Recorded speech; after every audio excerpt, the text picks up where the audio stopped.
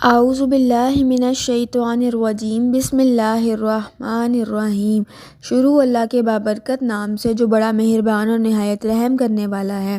پیارے دوستوں، السلام علیکم۔ بیان کیا جاتا ہے کہ بنی اسرائیل میں دو بھائی تھے، جن میں ایک مسلمان تھا اور دوسرا کافر تھا۔ دونوں دریا کے شکاری تھے۔ کافر بت کو سجدہ کرتے تھے، مگر جب مچھلیوں کے لیے جال تیار کرتا تو اس میں ڈھیروں مچھلیاں آ جاتیں کہ اس کو کھینچنا بھی اس کے لیے مشکل ہو جاتا، مگر مسلمان کے جال میں صرف ایک ہی مچھلی آتی تھی اور اسی پر صبر کے ساتھ خدا کا شکر ادا کرتا تھا۔ اتفاقاً ایک روز اس مسلمان کی بیوی اپنے مکان کی چھت پر گر گئی تو اس کی نظر کافر کی بیوی پر پڑی تو زیور اور بہترین لباس سے آراستہ تھی۔ یہ دیکھ کر اس مسلمان کی بیوی کے دل میں وسوسہ پیدا ہوا کہ کاش میں بھی ایسی ہی ہوتی۔ تو کافر کی بیوی بولی، تو اپنے شوہر کو اس پر آمادہ کر لے، وہ بھی میرے شوہر کے معبود یعنی بت کی عبادت کیا کرے تاکہ وہ بھی میری طرح مالدار ہو جائے۔ یہ سن کر مسلمان بھائی کی بیوی کچھ غمزدہ سی ہو کر نیچے آئی، اور جب اس کا شوہر گھر آیا تو اس نے بیوی کا حال متغیر دیکھ کر دریافت کیا، آخر کیا بات ہے جس سے تو اس قدر غمزدہ معلوم ہوتی ہے؟ تو وہ کہنے لگی، بس میاں، یا تو تم مجھے طلاق دے دو یا پھر اپنے بھائی کے معبود کی عبادت شروع کر دو۔ یہ سن کر اس کے شوہر نے کہا، خدا کی بندی، تو خدا سے نہیں ڈرتی؟ ایمان کی دولت ملنے کے بعد یہ کافر کی باتیں کرتی ہے۔ تو عورت بولی، بس مجھ سے اب زیادہ باتیں نہ بناؤ، میں بھی دوسری عورتوں کی طرح اچھا لباس اور اچھے زیورات پہننا چاہتی ہوں۔ جب اس مرد مومن نے دیکھا کہ یہ عورت ضد پر اتر آئی ہے اور اس کا اصرار حد سے بڑھ چکا ہے تو اس نے عورت کو تسلی دی، کہا، اچھا، گھبرانے کی ضرورت نہیں ہے، میں کل سے کاریگریوں اور مزدوروں میں جا کر محنت کر کے تجھے روزانہ 2 درہم دیتا رہوں گا، تو اس سے اپنی حالت درست کر لینا۔ یہ سن کر عورت کو کچھ تسکین حاصل ہوئی اور سویرے ہی وہ مومن مرد مزدور کی تلاش میں نکلا، لیکن کسی نے اس کے حال تک نہ پوچھا۔ یہ دیکھ کر وہ دریا کے کنارے پہنچا اور شام تک اللہ کی عبادت میں مصروف رہ کر رات کو جب گھر آیا تو بیوی نے دریافت کیا، آج تم کہاں تھے؟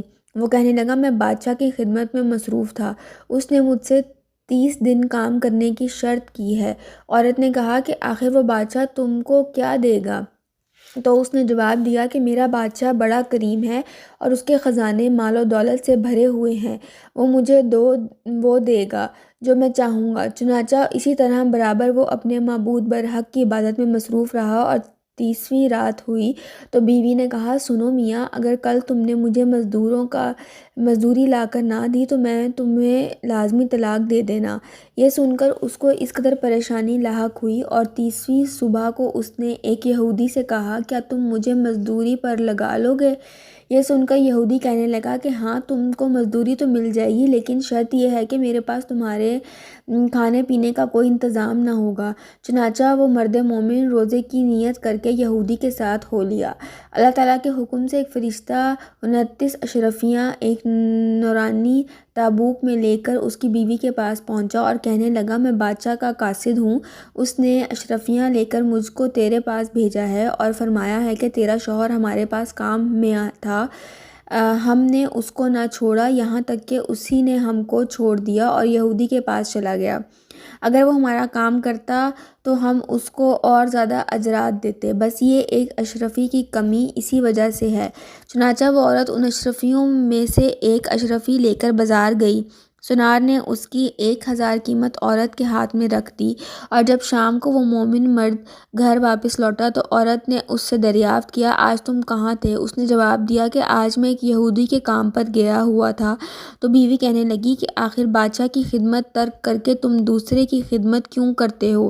پھر اس کو اشرفیوں کا واقعہ سنایا، جس کو سن کر وہ مرد مومن روتے روتے بے ہوش ہو گیا، اور جب اس کو ہوش آیا تو بیوی سے کہنے لگا، افسوس کہ میں بادشاہ دو جہاں کی خدمت کا حق اپنے اوپر لازم نہ کیا۔